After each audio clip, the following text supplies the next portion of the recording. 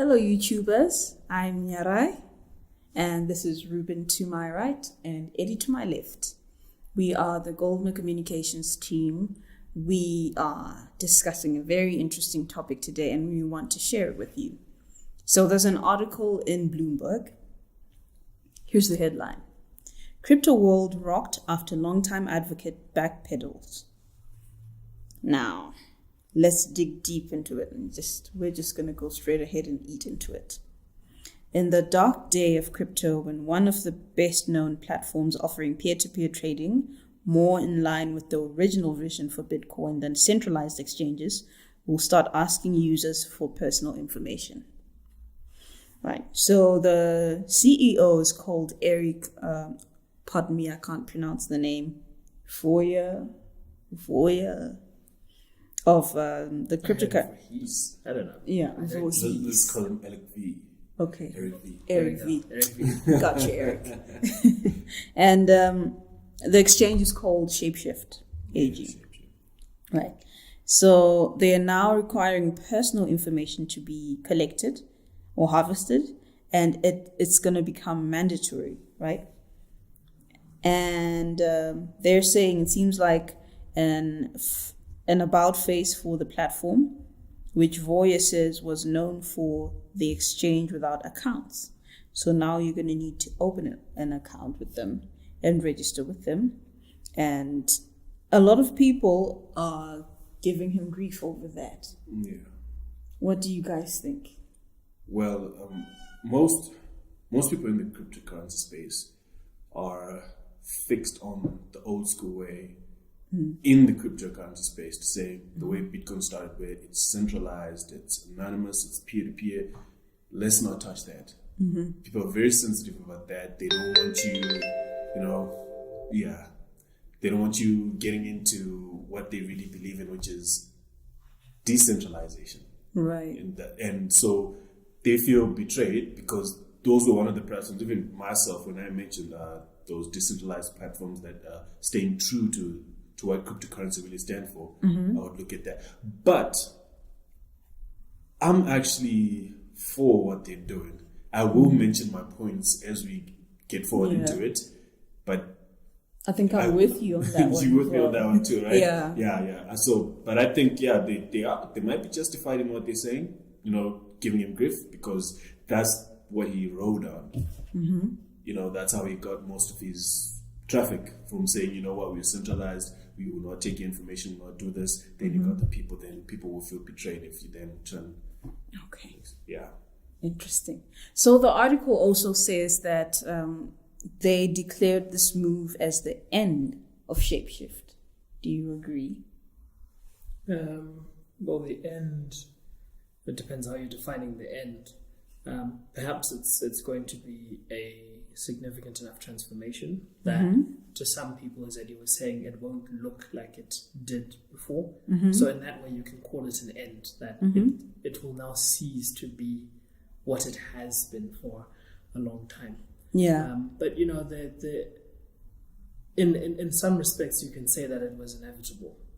Look, these institutions, these organizations don't exist in a vacuum. Yeah.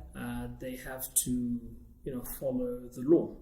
And if you want mass adoption of cryptocurrency, of like consumer sort of focused blockchain technology, and by that I mean, cryptocurrency, basically.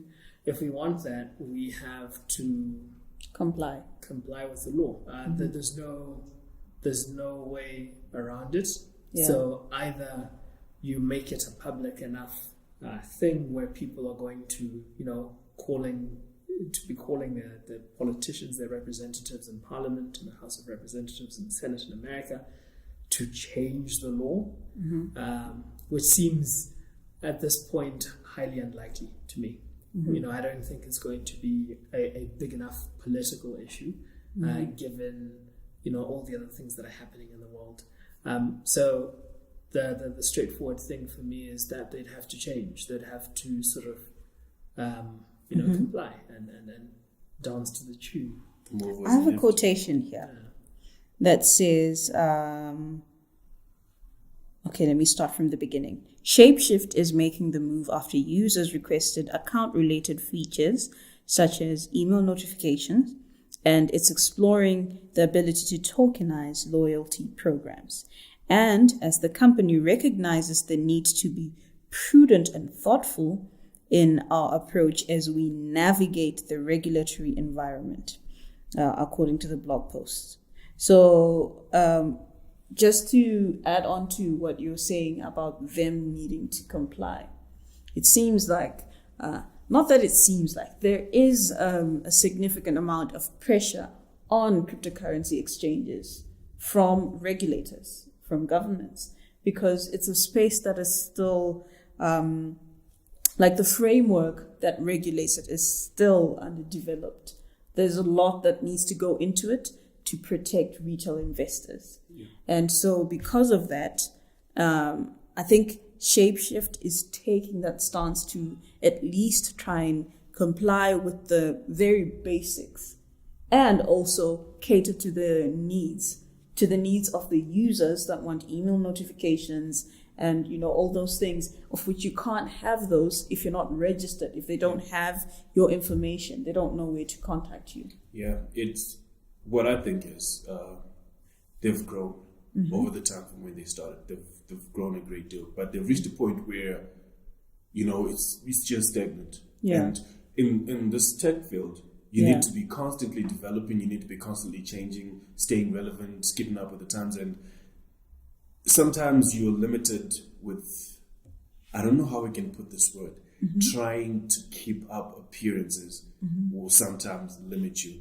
In this instance, people want notifications. You don't want to always just log on and look at what's happening. Yeah. You need email notifications sent to your email about what's happening, news or whatever it is. And I need your information in order for me to send, you know? Yeah. And as time goes on, with technology, we can't just stay on one phase. That's the truth of the matter. Not all centralization is bad. I think I've mentioned that before. Not all centralization is bad. There's good centralization, then there's bad centralization. We can go deep into it, but it all depends with why are we centralizing some of these aspects. Yeah. So I think it was very necessary. It was high time. It's inevitable for most of these. For us to develop, we need to constantly change and not just stay at one standpoint and say, you know, let's just stick to this. Where we'll be as a people if we, you know, if we just stay with one thing. Well, here's what the CEO had to say about this. He said this is a precautionary measure a precautionary move to de-risk the company amid of ever-changing legal gray areas. So it's not just for, they're not trying to comply for the sake of complying. You know, your company risks being shut down if you go against what is set before you. You know, depending on what jurisdiction you're under. Yeah. And if they're doing this, then it means they're also protecting their users. Yeah. Because if it gets shut down, you also lose your money. So I think he gave a pretty good response to that, and people can sort of understand why he's sort of fixing it before it's broken, I think. Yeah, no. As I said, like, it's inevitable. We don't have a lot of spaces around the world where, you know, they're outside of the control of some government. The few that are incredibly dangerous, and you wouldn't want to operate there anyway. But, you know, if we're going to have this innovation, it has to move in tandem, in accordance to the law. And from, if we look at it, as I think it said in the article, I think you alluded to it, look, we can't have innovation that happens completely outside of regulatory oversight. The oversight comes with good intentions. Sometimes it's resisted for good intentions as well, for good reason. It's just a dance of making sure that it's appropriate. So in this case, if it's a completely, as a platform that is completely devoid of accounts, completely devoid of that type of KYC, AML type of procedure, then you then go into the gray area, right? It's like, okay, so maybe you might be dealing with unsavory characters. Perhaps you could be dealing with criminals. Obviously, I'm saying this from a layperson's perspective, because if I imagine that you can move money, you can move currency without a trace, and it's not without a trace. The trace is always there; you can find it out. But what I'm saying is that for the layperson, perhaps for some regulators, they're looking at it as if people can just move money without being known who they are. This is crazy. I think we have to control it. So you have to come back into the fold sometime, And also, just to move on to the regulatory review. The article says that scrutiny of cryptocurrency exchanges has intensified in the past year as startups raise billions of dollars in digital tokens, trading in a gray regulatory area in U.S. officials. As U.S. officials have said, they are most likely securities. While claims of the market manipulation and outright fraud abound, as exchanges and other firms make an effort to comply, some enthusiasts will see that as crypto losing part of its ethos. Yeah. So do you think that embracing regulatory measures is basically the deteriorating of cryptocurrency ethos? I would say yes and no. What I think is it's evolution. It's not deteriorating. Yeah. We do have ethics, but in the modern times we live in, and the way things are going, because with cryptocurrencies and ICOs, people have made billions overnight. It attracts a certain kind of person to it, scammers included, and whatnot. So at the end of the day, even with evolution, as human beings and animals, people have evolved to suit their environment, to better protect themselves. But we are still human beings. We still stand by, some of this family ethos we have to a certain extent. So I don't take it as crypto is losing its ethos. It's just evolving. Some of them, so that's what I was saying, centralization and decentralization to a certain extent, depending on what angle you're taking it at and what intention. So I like what you're saying, that it's evolving. It doesn't have to stagnate. It has to move towards being mainstream, like what you said earlier. And in order for it to be mainstream, people have to feel safe in that space. True. When I look at the cryptocurrency space, to me, it's just like the ordinary market, right? If you're going to a market where people sell vegetables and all sorts of things, like let's take Food Lovers for an example. If you take Food Lovers, and you find that within Food Lovers, there are people that are selling fake fruits, rotten fruits, and all sorts of things, and there's no one there to protect the consumer, then it'll definitely be an unsafe space. Sure. And the next thing you know, people are not shopping in Food Lovers, except for those that are risk takers. But if you know that Food Lovers is compliant with the Standard Association of Zimbabwe in terms of what's healthy to put on the market and sell to people, then you're much more confident and it's easy for you to adopt it. Yeah. So maybe that's what needs to happen, and it looks like maybe that's what they're advocating for. There's a fine balance between safety and what's the trade-off. So not a fine balance, but what's the trade-off between safety and freedom?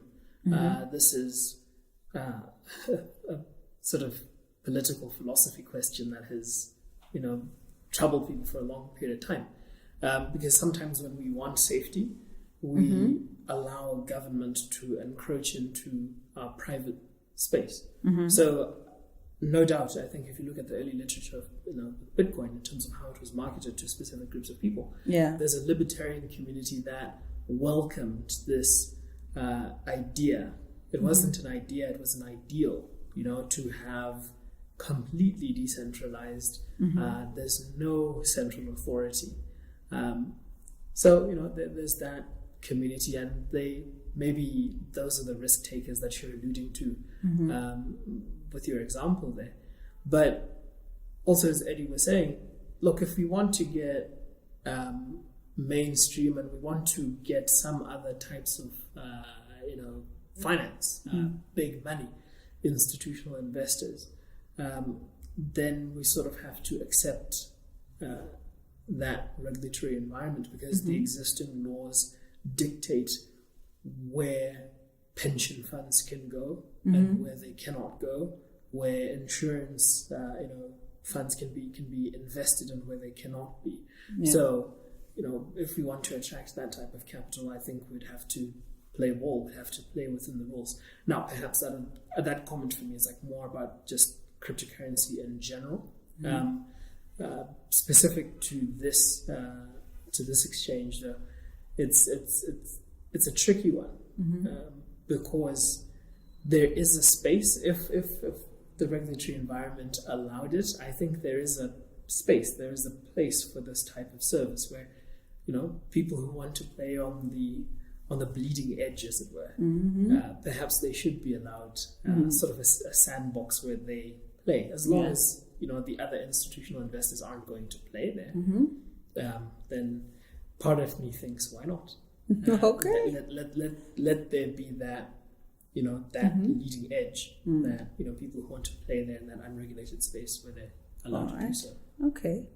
As far as I understand what you're saying, that there are people that risk takers. They love just taking risks for the sake of it, and I also think that the main issue, though, with regulation, in as much as the cryptocurrency space, the genuine businesses that are within the cryptocurrency space, even though they're embracing the regulatory measures that are being proposed by governments and powers at play, the main problem is the disconnect between the rate at which the law-making process is moving and the rate at which the cryptocurrency space is developing.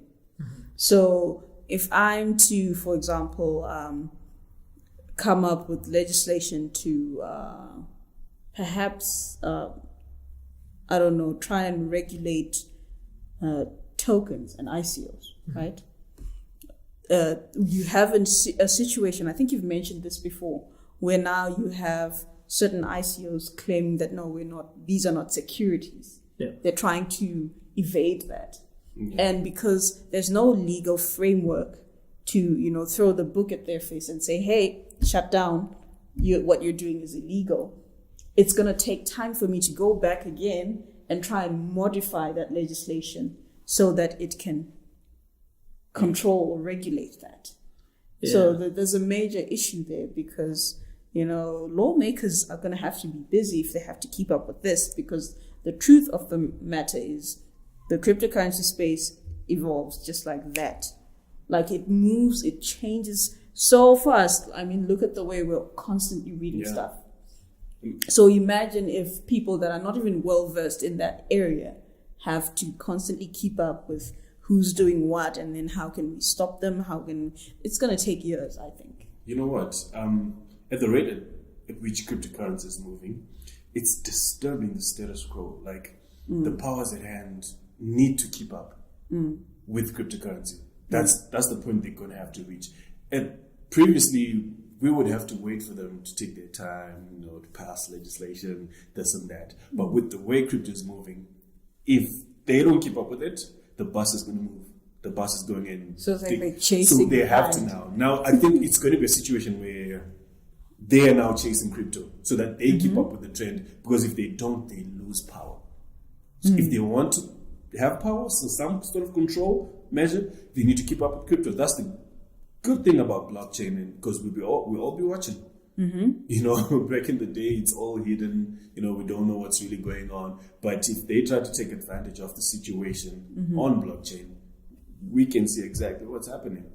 It's a strange thing, but thought just appeared. We usually talk about technology displacing jobs and sort of taking away.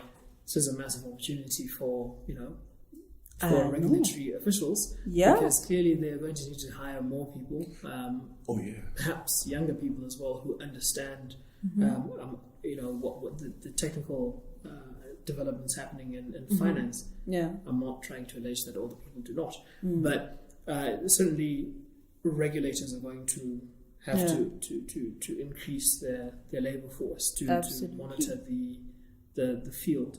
But it's one of those things that it's, when we talk of the change that blockchain is affecting or creating in the world in general, it's a big challenge on our system of government, because if it takes 9 months, 12 months, 18 months to create a piece of legislation, perhaps we need to change. Perhaps as we're seeing this revolution in finance, maybe this is going to pave the way for a revolution in government as well. Or for them to actually... It has to move faster. I mean, if we are talking about, if it's something that demands a change in the law, like as an act of parliament, then it can't take 18 months, where something can change within a week. Yeah. I also think that it shouldn't just be up to governments to regulate the cryptocurrency space, because I believe the genuine businesses that are within that space owe it to themselves to police as well, to a certain extent, to look out for investors, because unfortunately, those that are victimized tend to paint the whole space with the same brush. Yeah. And we don't want to be a part of that. So it's sort of like, if I know that I sell electricals and we have a store together, we all sell electricals in that new store. And then maybe you start selling counterfeits to customers, right? It's my job to regulate you so that customers don't generalize their experience with you to the rest of us. So I think it's important for us to form our own bodies that have, if it means that they must report straight to the national regulatory boards, then that needs to happen. Like, for example, in Zimbabwe, if there's a specific board that people that are conducting an ICO need to apply to get approval, to get an endorsement, a certification of some sort, that they've met the standards of a genuine ICO that's not a scam. I've seen that we have ICO trackers where you can list, and some actually straight up list an ICO as a scam. If they feel, based on the information that has been provided, it looks like a scam, they will label it as a scam. And that also helps, it shows the governments that we are doing our part to protect retail investors, as opposed to just saying, hey, if you... But then it's a tension. It's a tension. That's what I'm saying. Like, there's been this debate for a long period of time. The battle between where's the pendulum is swinging.